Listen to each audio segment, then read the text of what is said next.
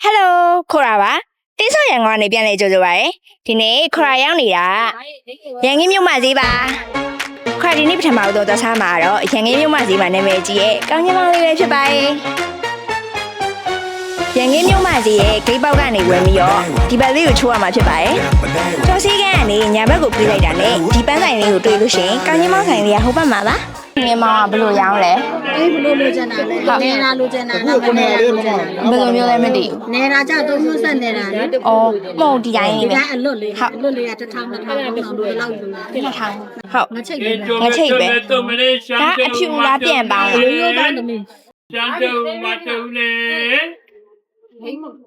မမဘေမုတ်မပါဘူးဘုန်းကြီးနာနာလေးတင်လိုက်မယ်နော်နော်ဘေမုတ်ဟိုဘက်မှာညီမဟိုဘက်ကညီမလေးစီမှာရှိသေးတယ်ဘေမုတ်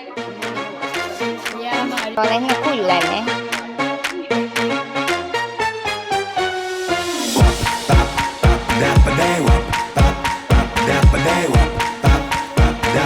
အခုကတော့ဈေးရဲ့နောက်ဘက်လမ်းကြားရဲ့ကနေထွက်လာပြီဈေးနောက်မှာရှိရဲ့နာမည်ကြီးရဲ့မွေးငါးဆိုင်လေးဆိုင်ရှိရလို့ကြားတယ်အဲ့ဆိုင်ကိုတက်ချကြည့်ကြမယ်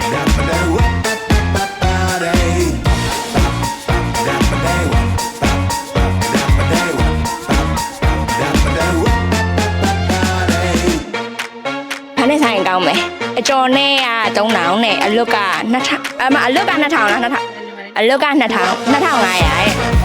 အကျော်နဲ့ပဲစားလိုက်မယ်နော်ဘာကျော်ရလဲ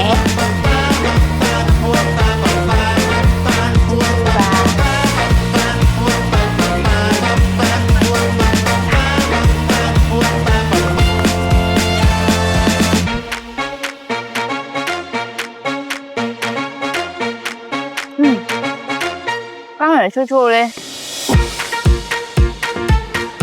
ဒါခုနဝယ်လာရဲ့ကောက်မြင်မှာမွေးငါးစားနေနေနည်းနည်းလေးစားကြင်ပါလို့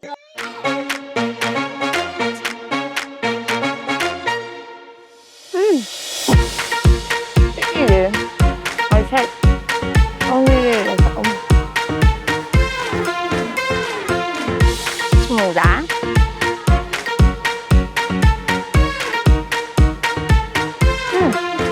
အထက်မှာလည်း the left side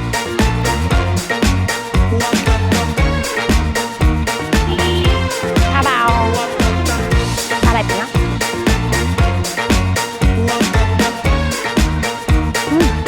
ကောင်းတယ်ဒီအရင်နဲ့အချုံမများကောင်း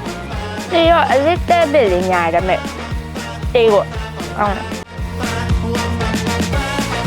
ခါလေနေ့အများကြီးစားပြီးပြီမို့လို့ဒီနေ့ရတော့လောက်ပဲနော်နောက်တစ်ပတ်ရဲ့ထိဆော့ရံကုန်မှာပြန်တွေ့မယ်တတာ